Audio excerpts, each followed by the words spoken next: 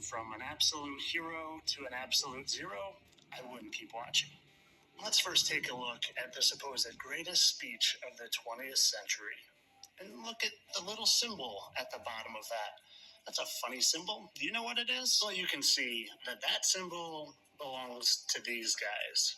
And those guys have their hands very deep in distorting our reality and presenting us with things that aren't true and providing heroes when they're ready to provide us one of their heroes. Well-known club member himself is quoted as saying, "When the people need a hero, we shall supply him." And supply him they did. But their goal isn't to supply a real hero. Their goal is to supply someone that is going to help further the divide that they want between us all. And divide he did. And well, when they were done using him to divide us enough, they had to take him out. But you see, they don't really take him out. They just pretend to take him out to cause further divide, to upset people more and to control people's minds more.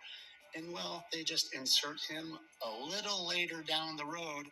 And in his case, they didn't even change his last name. MLK to Don K. That's Don King, the fight promoter, the Mike Tyson fight promoter. And hey, that's a funny symbol he's doing. I wonder what that means. You see, these guys, they like duality. It's why they like the black and white checkered floor, because it represents duality. And you want to see the duality in this? Well, he was a pacifist and didn't want people fighting. He just wanted them arguing amongst each other. Though that the best way to deal with the dilemma that we face in this country is through nonviolent resistance. And what better way to have duality with a nonviolent pacifist than to transition him to a literal fight promoter? I think boxing is the last vestige of the free enterprise system. It's the only business in the world that I know that a guy totally uneducated can become a millionaire.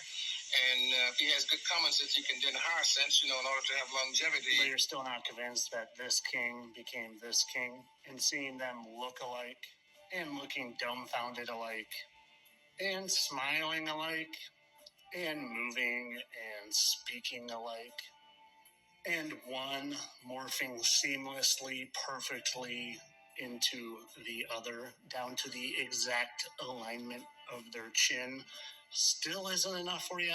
Well, I come packing heat. Because whether you realize this or not, I don't do these unless I find my smoking guns. And you can act different, and you can talk different, and you can even try to move different. But even when you remove facial markings, there's going to be some sort of remnants, especially